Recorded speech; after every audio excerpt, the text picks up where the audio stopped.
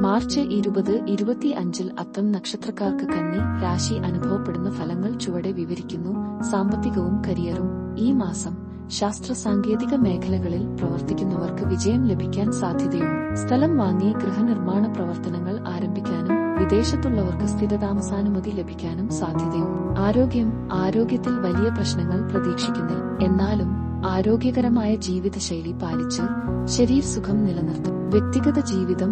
കുടുംബജീവിതത്തിൽ സന്തോഷകരമായ സംഭവങ്ങൾ നടക്കാൻ സാധ്യതയുണ്ട്. ബന്ധങ്ങളിൽ സമാധാനം നിലനിർത്താൻ സഹനവും സഹകരണവും പ്രദർശിപ്പിക്കും. ശുപാർശകൾ. പുതിയ അവസരങ്ങൾ പ്രാവർത്തികമാക്കാൻ തയ്യാറാകുക.